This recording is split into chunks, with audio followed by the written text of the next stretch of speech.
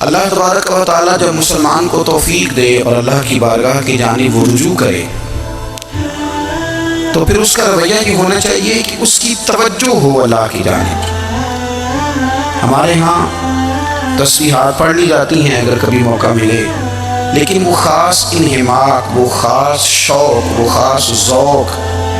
اللہ تبارک و تعالیٰ کی عبادت کا، ایک ہوتا ہے نماز پڑھنا، ایک ہوتا ہے اہتمام کے ساتھ نماز پڑھنا،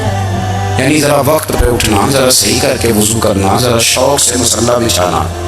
ایک ہوتا ہے تسبیح پڑھ لینا اور ایک ہوتا ہے ذرا تھوڑا سا شوق کے ساتھ اللہ کو یاد کرنا۔ آپ کبھی جو میں نے آیہ کریمہ پڑھی اس کی آپ شان نزول دیکھیں، نبی کریم صلی اللہ تعالیٰ علیہ وسلم کے کچھ صحابہ اللہ کی محبت کے شوق میں حضور کی بارگاہ میں حاضر ہوئے۔ انہوں نے آ کے پتہ کیا کیا، عرض کرنے لگے یا رسول اللہ صلی اللہ تعالیٰ علیہ وسلم سالوں بیت گئے ہیں صلے کرتے ہوئے، حضور سالوں بیت گئے ہیں تسبیح پڑھتے ہوئے، سالوں بیت گئے کہتے ہوئے کہ سبحان اللہ وہ پاک ہے، ہمیں سالوں بیت گئے یہ کہتے ہوئے کہ اللہ اکبر وہی سب سے بڑا ہے، سالوں بیت گئے کہتے ہوئے کہ الحمدللہ ساری تعریفیں اللہ کے لیے، سالوں بیت گئے اس کی تسبیح کرتے، تحلیل کرتے، تکبیر کہتے۔ حضور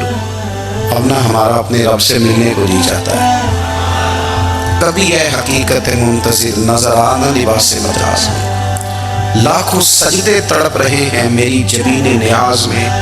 اور اقبال کہنے لگے کہ تیرے عشق کی انتہا چاہتا ہوں، تو میری سادگی دیکھ کیا چاہتا ہوں، میرا ذرا سا تو دل ہے مگر شوق اتنا، میں وہی لن ترانی سنا چاہتا ہوں۔ میرا بھی دل کرتا ہے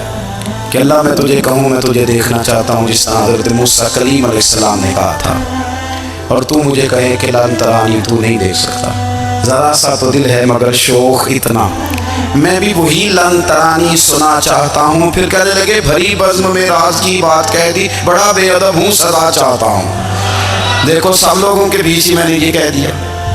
میرے عزیز صحابہ نا شوق میں، کتنے سارے لوگ ہیں آپ، کتنی ماشاءاللہ بڑی تعداد میں آپ آئے، ہم بھی کبھی اس شوق میں گئے ہیں کہ ہمارے رب کو دیکھنے کو دل چاہتا ہے، ہمارا جی چاہے وہ کبھی ہمیں ملے۔ حضرت عبداللہ ابن عمر رضی اللہ تعالیٰ عنہ حضرت عمر کے صاحبزادے، مکہ مکرمہ میں ان کی خبر ہے، میں نے جب انہیں پڑھا تو مجھے ان سے بڑا پیار ہو گیا، لیکن آپ کو پتہ ہے وہاں جا کے کسی شخص کا مزار تلاش کرنا یا پوچھنا ایک مشکل کام ہوتا ہے۔ تو ایک دفعہ میں مکہ شریف میں حاضر تھا، تو ایک گاڑی والا ڈرائیور مجھے کہنے لگا کہ مولانا میں آپ کو جانتا ہوں، مجھے آپ سے محبت ہے، ایک بات بتاؤں آپ کو۔ میں نے کہا بتاؤ۔ کہنے لگے حضرت عبداللہ ابن عمر کی قبر دیکھنی ہے۔ میں نے کہا یہ تو نہیں کہہ رہا، یہ کسی نے بندوبست کرایا ہے، یہ اللہ نے تیرے دل میں بات ڈالی ہے، یہ ہو گیا تو لے چل مجھے۔ حضرت عبداللہ ابن عمر کو نبی پاک نے فرمایا تھا راجل صالح، یہ نیک بندہ ہے، یہ متقی آدمی۔ حضرت عبداللہ ابن عمر رضی اللہ تعالیٰ عنہ سیدنا فاروق اعظم رضی اللہ تعالیٰ عنہ کے صاحبزادے ہیں، اور ان کی ہمشیرہ سیدہ حفصہ رضی اللہ تعالیٰ عنہ حضور کی زوجہ محترمہ ہے۔ ایک دن اپنی ہمشیرہ سے کہنے لگے کہ نبی کریم صلی اللہ تعالیٰ علیہ وسلم گھر میں آئے نا، اور اگر حضور غم امت میں پریشان نہ ہوں،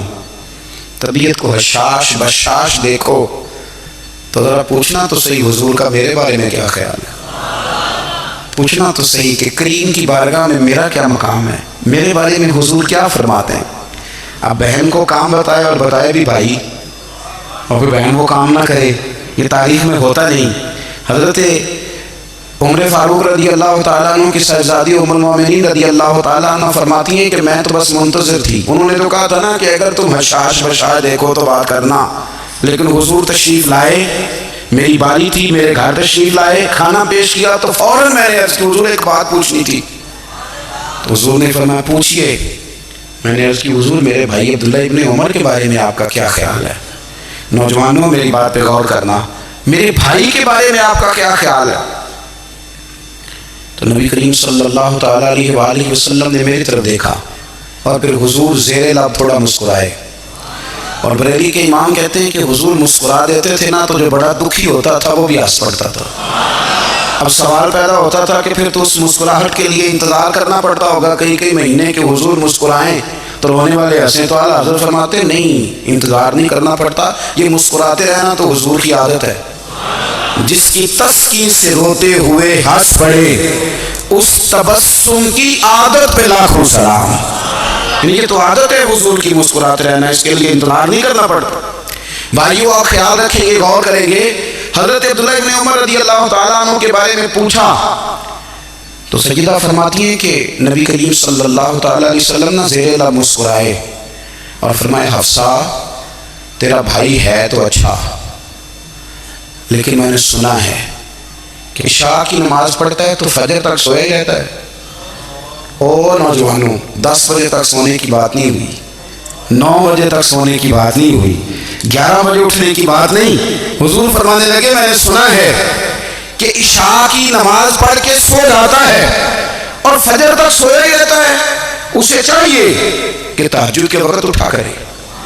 اللہ کی بارگاہ میں حاضر ہوا کرے، آہوزاری کرے، سجدے کرے، عبادت کرے، اٹھتا ہے اور فجر میں جا کے اٹھتا ہے۔ حضرت جناب حفصہ رضی اللہ تعالیٰ عنہ کہتی ہے میں نے جناب عبداللہ ابن عمر کو پیغام دیا اور میں نے کہا میرے جوان بھائی سن، نبی پاک نے فرمایا ہے تو اچھا پر تہجد میں نہیں اٹھتا، نفل نہیں پڑھتا۔ او میری ملت کے جوانوں، مزہ نہیں آ جاتا جب ساری دنیا سوئی ہو، ساری دنیا، اور بستر بھی گرم ہو اور نیند بھی پورا غلبہ کر رہی ہو،